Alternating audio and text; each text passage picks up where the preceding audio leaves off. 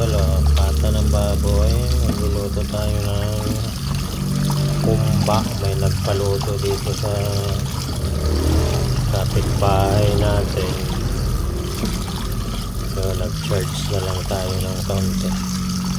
Kapitbahay lang naman eh. Malay mo bibigyan din tayo, di ba? Huwag umasa. Okay mga idol, paluto po ito gagawin nating kumba. So ito na mga idol yung ating pata. At ito mga idol, meron tayo ditong laurel, paminta, bawang at sibuyas.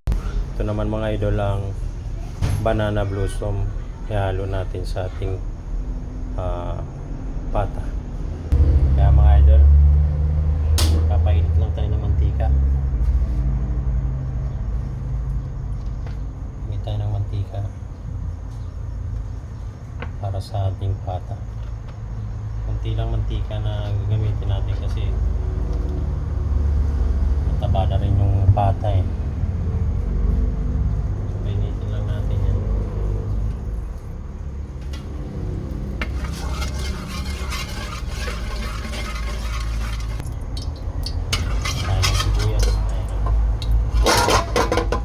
Unahin natin paglagay dyan ng sibuyas.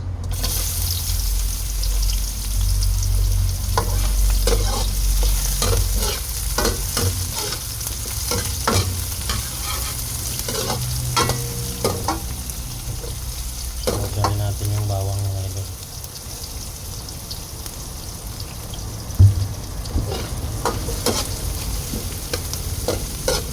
Ito mga idol lang, paraan ko para mas mabango yung aroma. Sasama ko na itong daon ng laurel sa umpisa at saka pamintang buo. Parang aroma niyan mga idol, maamoy mo talaga.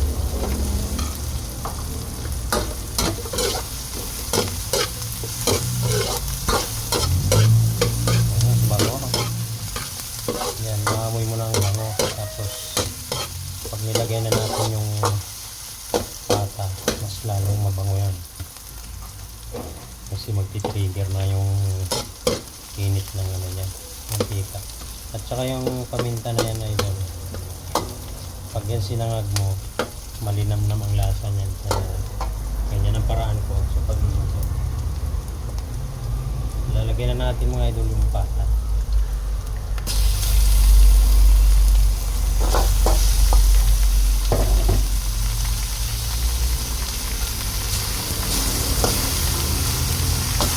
Pupubera natin yung mga ricado na nasa ilalim para yung bango nandyan lahat sa pata. Ang bango nyan mamaya mga idol. Hintayin lang natin. Tingnan natin mga idol. So yan, liktarin lang natin yan bahagya. Napakabango na mga idol, marami. Yan ang sinasabi ko, kung ganyan ang paraan ng pagluluto nyo, lahat ng aroma na gusto nyo amoy, malasahan, ganyan po ang gawin nyo.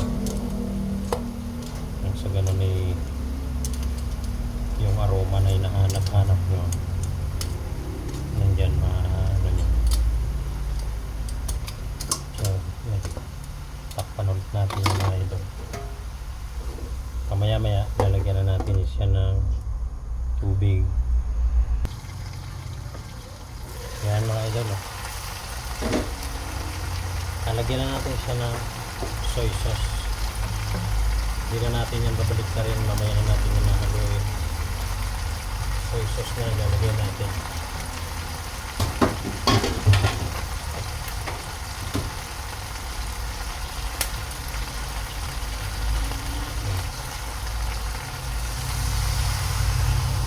Soy sauce saka tubig mga idol. So lagyan natin ng tubig. Kukuberan lang natin siya ng tubig mga idol. matagal yan lumambot. Pata po yan. So ayan, na-cover na natin siya ng tubig. Takpan na natin ulit hanggang sa siya ay kumulo at lumambot. Mamaya lalagay tayo ng asukal at lalagyan natin ng Sprite. Yan mga idol, kulong-kulo na. Bawasan natin ang bula. Tatanggalin natin yung bula. Wala naman halos bula kasi nadala ng takip. Tanong natin. Kulong-kulo na yan mga idol.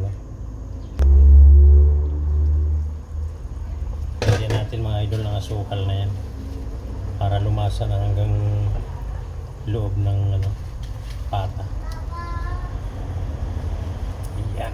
Mamaya kung kulang, dadagdagan na lang natin.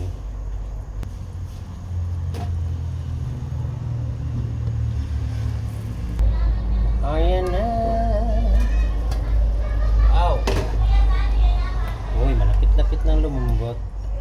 Ramdam ko na ang kanyang lambot. Malapit na siya. So, ang gagawin natin ay lagyan na natin yung banana blossom.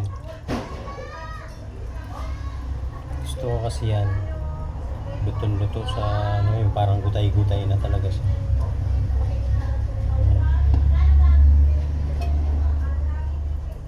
Natin ulit.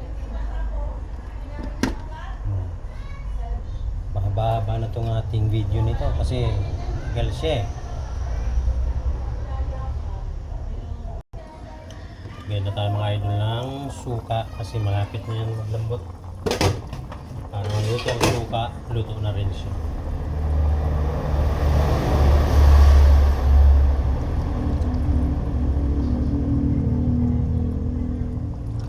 Kunti lang lagyan natin kasi napaka-asim po nitong suka na ating gamit. Tatak vinegar.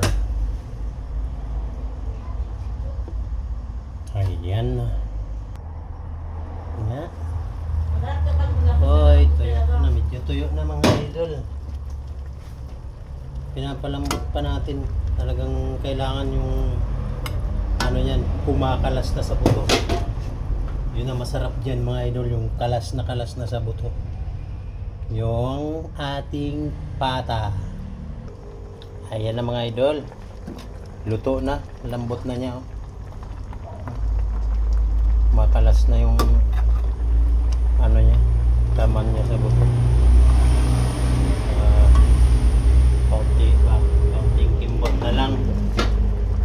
Palasin pa talaga natin at patuyo-tuyuin pa natin ng kaunti para lasap na lasap ang tunay na sarap. Ganyan yan mga idol, di ba? Ayan na mga idol.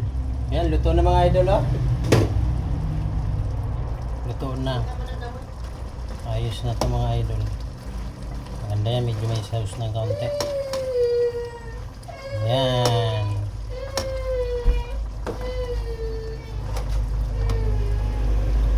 May kumakanta na patutoy. Ayan, oh. Okay na mga idol. Ito na ang pinaluto nila.